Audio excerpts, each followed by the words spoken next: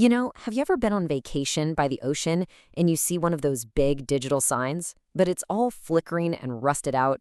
You're squinting, trying to figure out what it's even advertising? Well, you're not the only one. It turns out there's this silent war happening on our coastlines, and the biggest casualties are the very screens that businesses need to survive. So let's dig into what's really going on here. I mean, this isn't just some tech issue, it's a total business nightmare. Take this quote from a retailer down in South Africa. Their screen, which was supposed to be grabbing customers' attention, was basically invisible in the daylight. And after only 2 years, it was a leaky, rusted-out mess. Think about it. Promotions are going unseen, that big investment is just decaying, and the salt spray in the air is literally eating away at their profits. You'd think this would be a simple problem to solve, right? I mean, just build a screen that can handle the outdoors. But it's way, way more complicated than that. So what is it about the coast that turns these expensive, high-tech displays into scrap metal in no time at all? Well, the answer really boils down to a huge misunderstanding of the enemy. A lot of businesses buy what are called outdoor-rated screens, and they think, okay, we're protected. But the coast, it isn't just any outdoor space, it's an extreme environment. You see, the coastal environment attacks on 3 different fronts. First, you've got the intense sun that makes the screens practically unviewable, turning these bright, colorful ads into washed-out blurs. Second, the air itself, full of salt, just corrodes them from the inside out, so they're incredibly short-lived. And third, trying to fight all this leads to absolutely massive running and repair costs. And here's where you can really see how it all falls apart. It's like a domino effect. The salt spray chews through standard steel cabinets. That corrosion breaks the waterproof seals. Then rain gets inside and shorts out all the electronics. All the while, the intense sun and heat are just baking the components, which literally cuts their lifespan in half and makes the screen get dimmer and dimmer in just a couple of years. And the kicker? These barely working screens are just guzzling electricity 24/7. And the cost of that electricity is just staggering. For a pretty typical setup of just 10 panels, a business could be paying over $2,000 every single month. That's almost $27,000 a year just to power something that's failing. It's a massive drain, essentially paying a fortune for a screen that's not even doing its job. Okay, so it's pretty clear a generic, off-the-shelf solution just isn't going to cut it. The coast demands a purpose-built defense. And this is where the engineering comes in. It offers a way to finally escape this cycle of failure and cost. Let's take a look at how you can engineer a way out of this expensive trap. So instead of a one-size-fits-all disaster, you get 2 really tailored strategies.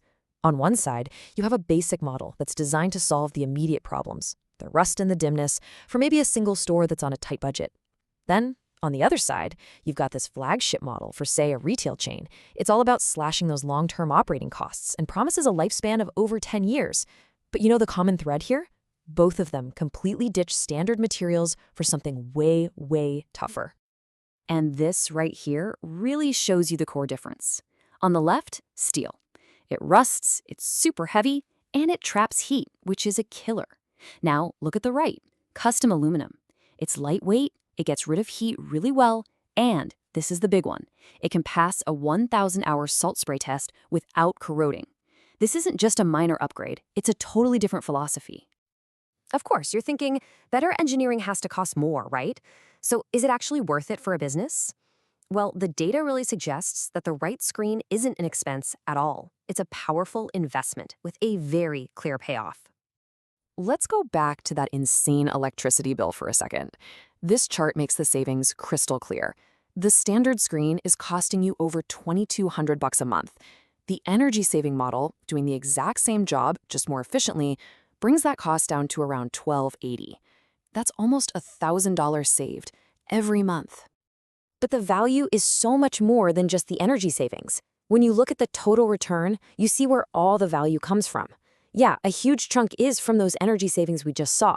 But then, having a screen that's actually visible and working gives you a real revenue boost. On top of that, you have dramatically lower maintenance costs and much higher reliability, which means the owners can finally stop worrying about getting that 2 a.m. call that their screen is dead again. So getting these kinds of results, it's not just about buying a better box. It's about a really meticulous process that makes sure the final product is a perfect match for its brutal environment.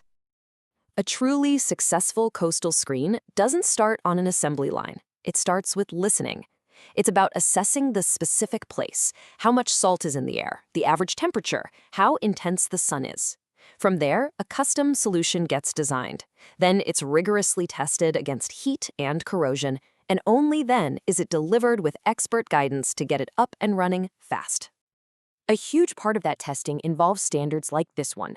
You've probably seen these IP ratings on your smartphone, but for a screen by the ocean, something like IP66 is completely non-negotiable. It means the casing can take powerful jets of water from any direction. It's the technical guarantee that separates a truly tough screen from one that's going to leak during the first big storm. So, the next time you're by the beach and you see a bright, crystal clear digital sign, you'll know it's not just a screen, it's a survivor. It's a piece of specialized engineering that's winning a silent, non-stop battle against the elements. And it kind of makes you wonder, doesn't it? What other everyday things are actually high-performance tech, quietly fighting a war that we never even get to see?